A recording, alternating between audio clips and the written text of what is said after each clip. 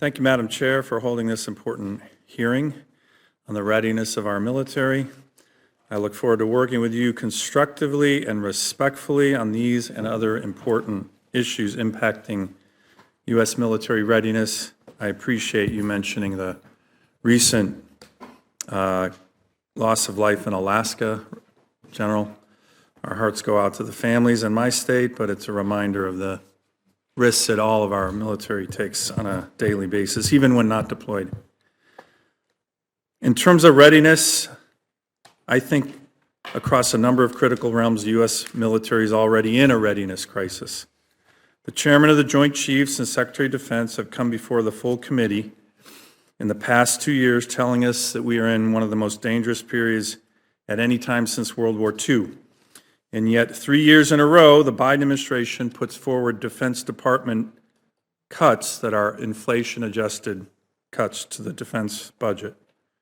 This committee will almost certainly reject the latest Biden budget and significantly increase support for our military's readiness, modernization, and troops above the President's top line, as we have done in the past 2 years. Today, I will focus a good part of my opening statement on the Department of the Navy and the challenges it is facing. I want to begin with Marine Corps Force Design 2030, a bold and important initiative that I have complimented the Commandant of the Marine Corps on. I led the charge in the Congress on the 31 amphibious ship requirement last year and on pushing back against the Navy and Office of the Secretary of Defense when they were tempted to pocket the billions of dollars of Marine Corps divestments in order to apply these funds to non-Marine Corps programs. I've also spent dozens of hours studying and asking questions about Marine Corps Force Design of current and former Marine Corps leaders. But more from the Congress needs to be done on an initiative of this consequence and magnitude. Tough probing questions are required from this committee. No plan is perfect, especially military plans, and no general is infallible. Force design needs rigorous oversight, not out of disrespect for the Marine Corps, but out of an abiding respect for this exceptional and unique American institution and the critical role it has played and will continue to play in our nation's defense. My questions about force design fall into three broad categories. First, the divest to invest strategy shed in a rapid amount of time a very significant amount of proven Marine Corps combat capability. Some examples in the past few years include close to 10,000 active duty Marines and 6,000 reservists, a reduction of 21% of active duty infantry Marines and 16% of reserve infantry Marines, 67% of cannon artillery, 33% of AAVs, 100% of tanks, 100% of bridging, along with breaching, clearing, and proofing equipment, 100% of law enforcement. The numbers on divestments in terms of Marine Corps aviation are confusing. Some have stated over 200 aircraft, others have saying there are no divestments. As part of force design, the Marine Corps has brought on or will be bringing on 3 additional UAV squadrons, an additional C-130 squadron, new loitering and anti-tank munitions, and 3 new air defense battalions. These significant combat divestments and the focus on enhancing lethality around maritime choke points, particularly against the PLA Navy, have raised questions about whether the Marine Corps is designing a niche light infantry, missile-heavy force focused on one AOR at the expense of the Marine Corps' traditional role as a lethal, robust, combined arms force ready to rapidly respond to any global crisis anywhere in the world. One hallmark of the Marine Corps Air Ground Task Force, the MAGTF, is its ability to kick in the door anywhere in the world and sustain itself for weeks in heavy combat before follow-on forces arrive. Is Force Design 2030 degrading the Marine Corps' ability to be the nation's 911 force? Much of Force Design doctrine focuses on littoral and amphibious operations, but what if the next fight is not in the littorals? What if we are back in the desert? What if it is in urban terrain? What if the Marines need to cross a river? These are important questions. Second, Force Design 2030 clearly shows the Marine Corps' commitment to support naval operations. Indeed, that is one of the main reasons for this initiative. But the Navy is not reciprocating. Last year, I wrote an op-ed warning that Force Design 2013 would fail without the Navy's support. In my view, that is happening now. The FY23 NDAA created a legal requirement, which I authored, for the Navy to maintain 31 amphibious ships, identical to the legal requirement to maintain 11 carriers. In a stunning display of disdain for Congress, the Navy is now ignoring the law completely, as this chart shows. The 30-year shipbuilding plan submitted to this body does not once hit 31 amphib. That's required by the law. The Secretary of the Navy committed to appearing before this committee to explain how the Navy is going to comply with the law. He needs to do that soon. The real-world impact of the Navy's lack of investment in the amphib fleet is already occurring. The past few days, several articles have been published detailing how the 31st MU, based out of Japan, has few Navy assets to deploy on. The insufficient numbers of ships is compounded by their poor maintenance. In March of this year, the Commandant said that amphib ship readiness is 32% and has been well below 50% for over a decade. If amphibs can't leave port, ARG-MUs can't deploy. If ARG-MUs can't deploy, the U.S. cannot provide a timely response to crises around the world. Third and finally, what if the capabilities of the Marine Corps that is designing and developing as part of force design don't work as intended? The Center for Strategic and International Studies recently undertook a comprehensive war game centered on a conflict in the Taiwan Strait, exactly the kind of conflict Marine Corps force design was designed for. And they were unimpressed with the Marine Littoral Regiments, LMRs, or MLRs. CSIS raised questions about the MLR's ability to sustain itself, how quickly it would expend all its anti-ship missiles, and how it would get to the fight, be it on Taiwan or elsewhere. Does the Marine Corps have the sea lift and airlift to execute its stand-in forces concept using MLRs? The Navy isn't helping. It will only acquire 6 landing ship mediums, LSMs, over the next 5 years, despite the Marine Corps saying it will need 35 LSMs to provide intra-theater lift. And in terms of airlift, it appears the Marine Corps is divesting more assets than it is acquiring as part of force design.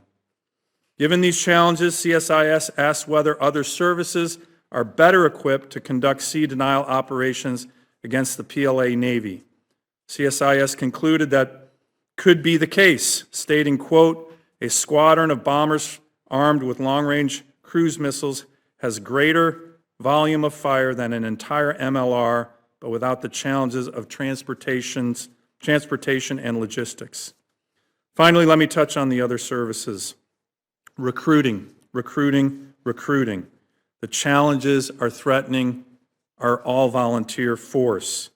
I would like to hear from the witnesses today how the Space Force and the Marine Corps continue to meet their recruiting goals, but how the Army and Air Force are significantly missing those goals.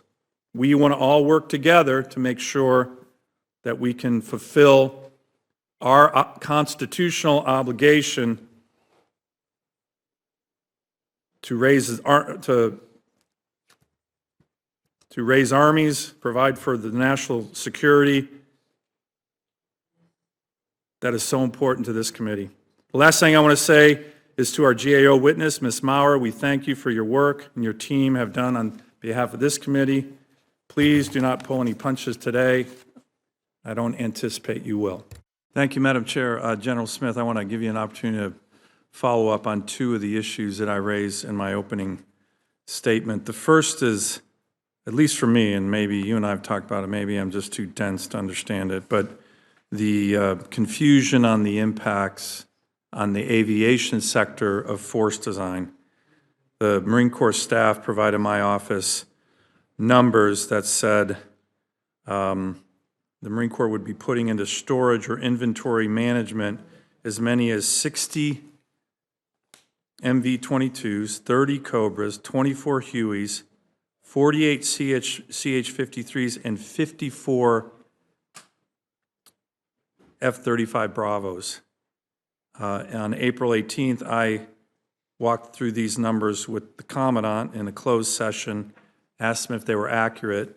He said they weren't, despite the fact that my office got them from the Marine Corps. So what are the accurate numbers? And my next question, you can just take them at the same time. CSIS did a very big, comprehensive, important series of war plans. I hope the Marine Corps is reading it. I hope the Marine Corps is looking at it. I hope the Marine Corps is digesting it. I hope the Marine Corps is talking to CSIS about it, because they weren't impressed with the Marine Corps littoral regiments. They didn't think they worked very well. Marine Force Design is designed exactly for that scenario. And you have a big war game that says it's not really working. So can you address both of those questions for me? They're really important, and I think we need detailed answers. I can, Senator, thank you. I'll do the aviation first. The numbers that you cited are correct. I will guarantee you we provided inaccurate to our commandant. The numbers you cite in what we call pipeline and attrition are correct. The biggest issue I would say, sir, is we haven't, quote, divested of airplanes. They do go in storage, and I'll use an. So then we're not using those, we're not going to use 54 Yep. F-35 Bravos? If I can give you a quick example, Senator, the MV-22s that you referenced, 360 was the number we were to buy. We've bought them all. We have them. We own every one of them. Those aircraft have to last until 2055. That's when our budget plans for them to go out of service. The original attrition model that they were purchased upon is not accurate. The attrition models hire hard landings, those kind of things. If we didn't go from 12 to 10 planes per squadron and change the number of squadrons from 18 to 16, we would have run out of those airplanes years before 2055. So just as an infantry officer, sure, I always have something in reserve, but we didn't get rid of them. But when they are needed, we will use those airplanes. It's the same for all type models and series. So if we could get for the record kind of details, and, Sure. and this was a cue for in the Commandant's recent testimony as well. How about on the CSIS war study? So I appreciate that question. I'm very familiar with the CSIS study. One of the key things that it noted was that the MLRs were still more effective than the previous formations. So war games, as you know, sir, are designed to find holes, gaps, weaknesses, and then you exploit those and you fix them. We've got a total of 12 additional war games, 10 at the completely classified level, that also looked at the MLR using the correct ranges of our systems, the actual employment methods, and they bear a different result.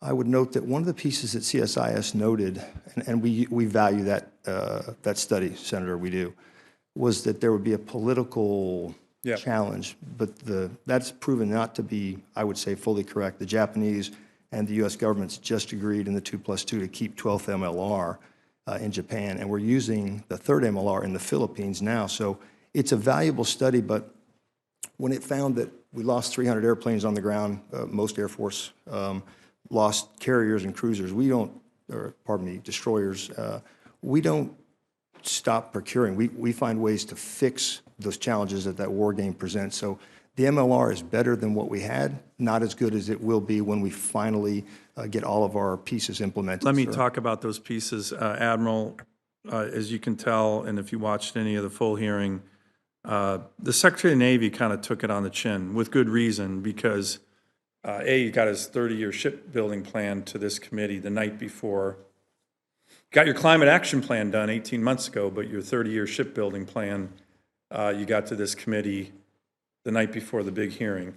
And in that shipbuilding plan, 30 years, you don't hit 31 amphibs once. And that is just, as the guy who wrote that provision, and by the way, is unanimous in this committee, I find it stunning that the Navy can come up here and just say, you know what, Congress, take a hike. So when are you gonna come back here? The Secretary said he'd do it soon to show us when you're gonna follow the law. And what I don't want to hear is, well, we're gonna do a study, Senator, we're gonna look at more options. Kate told us we're gonna do, like we did the studies. Your job is to follow the law. Secretary needs to get back up here. That hearing for him was a disaster. I've been on this committee for 8 years, And I haven't seen anything like that. So I hope you have a better answer than he had in the last committee hearing. What's the answer on getting to 31 amphibs, which the Marine Corps desperately needs? By the way, that's a minimum. You can't just come to the Congress and say, we think that was a suggestion. Wasn't a suggestion. It's just like, it's actually the same language we gave you on 11 carriers. So what's the answer on that, Admiral? Ranking Member Sullivan, as you know, and as the Secretary, the CNO, and the Commandant testified, the Commandant and the CNO fully agree and understand that 31 amphibs is the law. We are doing the study, coordinating that with OSD this summer. But again, that will determine the way ahead. Sorry to interrupt. We did the study. Again, I don't understand why you keep telling us we did the study. You're done. You don't have the option of doing so. You just have to follow the law. I don't know why this is so hard on the Navy. We did the study. We did the costs. If you don't have the budget for it, request a bigger budget. We'll give it to you. But we don't want another study. We want you to follow the law. I've gone over my time, but can you just answer that again without saying you're going to do another study? I want to know when you and the Secretary are going to come back here with a plan that doesn't blow off the Congress and the law for 30 years, which is what your current plan. Your plan does not hit 31 amphibs once in 30 years. That is completely unacceptable. Yeah, well. We will finish the study, and we believe that this is a PB 25 discussion. We put an amphib on contract this year. We're going to deliver another one next year. We currently have 32, and we look forward to that discussion as part of the PB 25 discussion. Thank you, Madam Chair. I'm going to continue my line of questioning, Admiral, with the Navy's support for the Marine Corps. The Navy's forward deployed naval force in Sasebo, Japan, was cut from 5 amphibs to 4. The Navy wants to cut it again to 3, my understanding is. With a 32% readiness rate, that really means 1 amphib ship will be ready for deployment out of Sasebo in the Indo-PACOM theater. Again, to me, this is a real problem. Is that the current plan for the Navy out of Sasebo? And then, General Smith, I'd like to follow up with a question to you. How effective is the 31st MEU with 1 ship? It's really not even a MEU or an ARG at that point, is it? But why don't we begin with you, Admiral? Is that the plan? We currently have 5 amphibious ships there, and we are currently reviewing our strategic laydown plan. And once that is finally approved, we will be happy to come back and brief you on that. So is that going to 3 ships, you believe? The 5 ships. 5 to 3 that's what I'm hearing. Is that what you're contemplating? So the strategic laydown review is still ongoing. It has not been briefed up to the Secretary yet, so it'd be premature for me to say what the strategic. Okay, General, laydown assume plan is. that the Navy goes from 5 to 3 amphibs. 32% readiness rate means essentially 1 amphib. How effective is the 31st MEU? A lot of articles in the last 48 hours on how ineffective the 31st MEU is because it has no ships. So 1 ship for the 31st MEU, is that even a MEU? What is that? Sure. Do you mind if I need to enable General Thompson, who has a hard stop, to enable you to go and testify at another committee? Thank you very much. Thanks, For General. being here. Madam Thank Chair, you. Ranking Member Sullivan, thank you Thank so you. much. We'll certainly take other questions for the record. Yeah, thanks. Senator, anything less than 3 ships is not an amphibious ready group or a MEU. It is an amphibious task force. When you do not have a full 3 ships, depending on which ship you don't have, if you didn't have the big deck, Yeah. for example, you lose 10 F-35s, you lose 4 CH-53s, et cetera. So you have to have 3, but it's not just for deployment. You have to have those ships to train. Yeah. The first time that you're sailing away into harm's way, because crises happen when you don't expect them and when you don't want them to happen, that is not the time for a young first lieutenant V-22 pilot to do their first deck landing qual. Yeah. Or for a young Lance Corporal driving an amphib combat vehicle into a wet well in 3-foot seas to do it. So you need them for training, safety, but you have to have them for combat readiness. So 3 ships, all stop. So I'm assuming the Marine Corps' recommendation to the Navy would be, as they're doing their strategic laydown, don't go from 5 to 3 amphibs at the forward naval force in Sasebo. Senator, what we would say is provide 3 ships for the yard. We wouldn't say how to do it, but provide 3 ships for the yard To train and deploy. to train and to deploy. And I'm mindful I got the former 31st MU commander sitting right behind me. He's the mean-looking one. He just finished that deployment. He and I talk about this all the time. Let me go on to a point I raised in my opening statement. The Marine Corps' requirement is for 35 landing ship medium naval vessels for force design and the Marine littoral regiments. Right now, it looks like the Navy budget through FY28 will be for 6. So, again, combination of Admiral Franchetti and General Smith, why is the Navy not even in the ballpark on what the Marine littoral regiments need? This goes again to my broader point.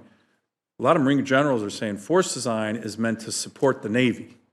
I hear that. Okay. Naval forces. Okay, we're going to shoot Chinese warships out of this ocean. Okay. But the Navy isn't coming back going, and we're going to make force design successful. To my very obvious reading, there's not much support at all. So is the Navy plan on trying to get to 35 LSMs at all? And General Smith, is a Marine littoral regiment a viable fighting force without LSMs? Because right now you're not going to get many. You're not going to get hardly any at all. May I'll start with you, Admiral. You plan on going above 5 or 6? So the Navy is continuing to work with the Marine Corps to identify the requirements, and we will continue to work to support them throughout our shipbuilding plan. As far as the readiness goes, we are fully committed to supporting the Marine Corps' training requirements.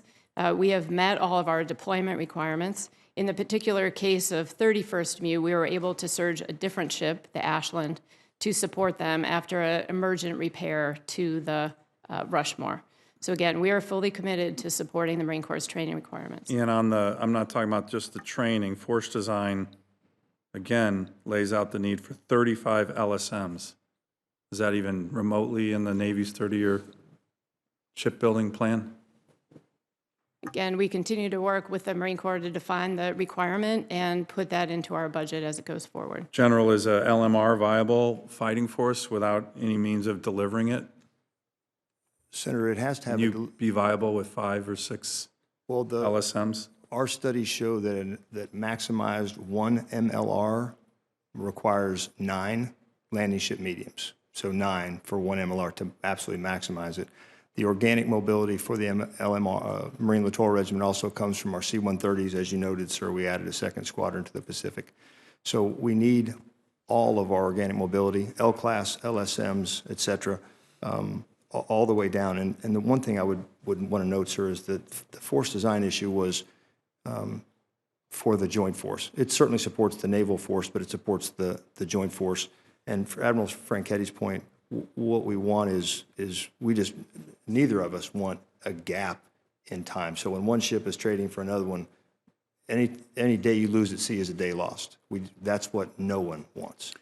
Let me ask one final question to you, General Smith. I want you to respond to some of the criticism. I mentioned it in my opening statement that the MAGTF ability to kick in the door anywhere in the world and sustain itself for weeks in heavy combat to enable the Marine Corps to continue to be the nation's 911 force is being somehow degraded or de-emphasized by force design. I know you don't agree with that.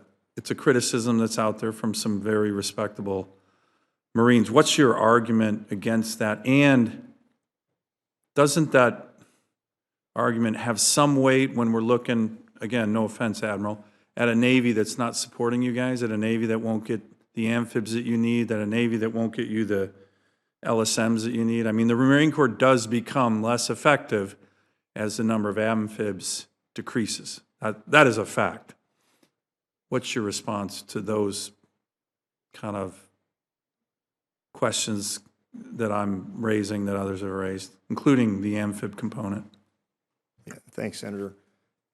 The Marine Corps is ready. So, sir, we have and have retained And seven. the critics are saying, well, you just, and I listed some of it, you just divested an enormous amount of combat power. I said, I used a line like that. The Commandant didn't agree it was enormous. I think it's pretty enormous, but maybe not enormous. Let's just say significant. I don't think anyone would disagree with the numbers I read are significant. So let me focus the part on expeditionary force and readiness and kicking in the door, Yeah. as you said, because I agree. Both the And 80 sustainability. and sustainability. The 82nd and 114th Congress both gave a sense of the Congress that we should be most ready when, position of the Congress, pardon me, most ready when the nation is least ready, and we firmly believe that. So we have 7 new headquarters. We have the infantry battalions. We have the fixed-wing squadrons, the combat engineer platoons, reconnaissance platoons, HIMARS batteries, artillery batteries. We have those to deploy heel-to-toe Marine expeditionary units, but what we do not have is the amphibious ships. So when you're talking global crisis response, kicking in the door, you have to get there. So those amphibs are absolutely vital because we have the forces that are ready to go to the pier, but they have to have the amphibious shipping to deploy. That is what makes us ready, those combinations. But the Marines are, in fact, ready to go, sir. Madam Chair, can I ask one more question? I didn't want General George to be so lonely over there in the corner. So, He can respond in less than a minute. So, General, 2 initiatives, one that's taking place in Alaska that I think is going well, is the stand-up of the 11th Airborne Division and your work on multi-domain task force that in some ways, I don't know who's mimicking who, but some ways does look like Marine Corps force design and littoral regiments, your multi-domain task force. How are both of those initiatives going? I talked to General McConville. I know you're looking at a 3rd multi-domain task force for deployment. We think Alaska is a very strategically important place that you might want to look at those there. Can you just give the committee an update on those 2 initiatives that are important for our nation's defense?